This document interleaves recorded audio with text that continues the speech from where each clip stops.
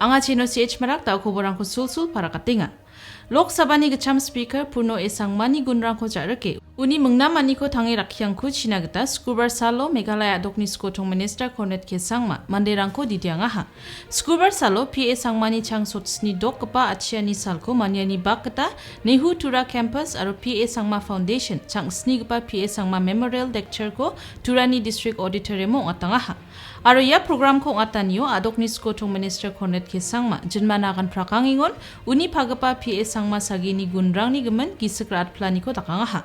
Jangi tanganyo kamrangko kaengon mungsong bate politics ni kamrango panglan manderangko sa skangdone kamko kachina gita uni pagapa PA Sangma sagi antangni dedrangko ski rongachem ne Skotong Minister parakataha.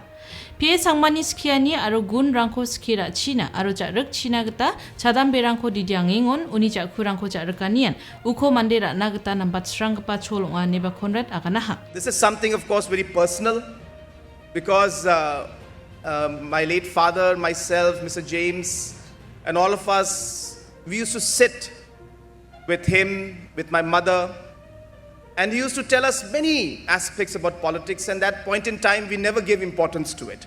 It looked like another lecture that he was giving us. But then when we look back today, those lectures or those discussions became like a guide, a book, a manual on how to be in politics today. I remember he used to tell us once, Conrad, he specifically told me that time, I was discussing something with him. And it just came to my mind right now. So he told me, the problem with us is that we don't understand the problem. So I said, what does that mean? He said, the problem is we don't know the problem. And it took me some time to grasp that. And today, being Chief Minister, I can tell you it may be one of the most important advices anyone could give anyone. So a simple example of a great, value or suggestion that he had taught us.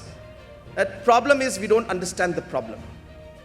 I remember once he told me about decision making. He told me decision making is one part of the process.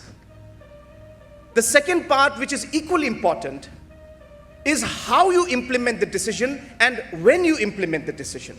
So taking a decision is one part, but how you implement it and when you implement it is equally important. And one doesn't realize it till you actually go through it, that it's so true. You may want to do something that's going to be very important for, say, some community. But then you shouldn't do it without taking the other communities into confidence.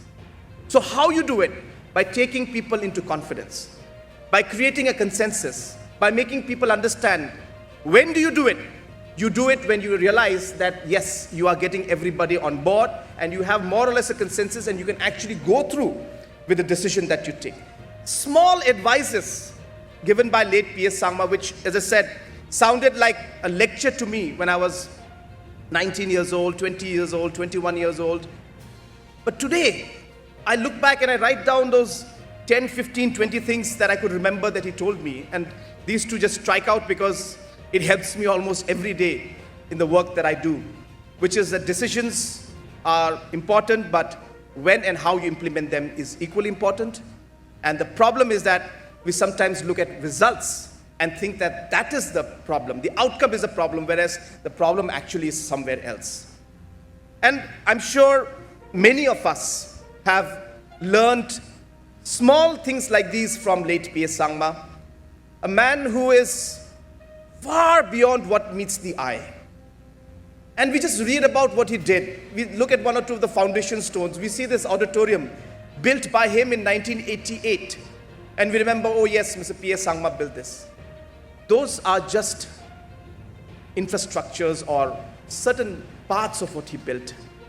But it is the different values, the different kind of principles, the different kind of thoughts that he had shared with us, which will continue to live on and go on even beyond his lifetime and beyond our lifetime also. These ideas that he brought in. Ya program kong atanyo the print songbat ni editor-in-chief Speaker Gupta badongpa jenmanagan prakangingon PA Sangma-ni senggenang agel sakawatangani chi India songo songdongengpa tribal manderangna dakna nanggeni bang akamrangkon donanga getaung aha ni parakataha. India songo tribal rangni jilbra jilsuani chat percent ongench moba PA Sangma sagini siangani jaman dao tribal rangoni saksaba kurang ondole kamko kaengpa dulgeparang dongjaha neba Gupta suk ongijaniko parakataha. India has 8% of India is tribal, which means India has by far the largest tribal community in the world. 8% means nearly 11 crore, 10 crore tribals. But tribals, by their very definition, because each tribe is distinctive, there are many tribes. There are many tribes. There are tribes in the northeast. There are tribes in larger tribal population in east central India, that is Jharkhand, Chhattisgarh, Odisha, and then there are tribal communities in other parts of the country. We've never really had national tribal leaders because usually tribal leaders end up being leaders of their own tribes.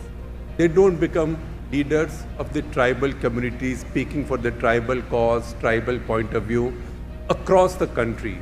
There have been very few like that. And Purno Sangma had risen to that stature, and he was rising in that stature. I thought, given the fact that he was very young, I thought, oh, finally India has a pan-national tribal leader. And he's a pan-national tribal leader who will also find a following among tribals of East Central India.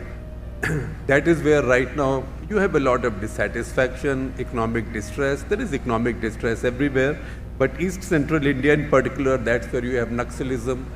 But tribal, and they have tribal leaders there, but a national level tribal leader is still lacking.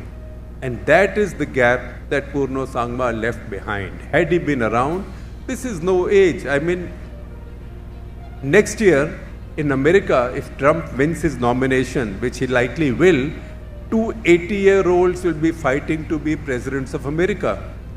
So age, the definition of age has now been changed. So Purno Sangma would have been a very active, very powerful, mainstream pan-national politician.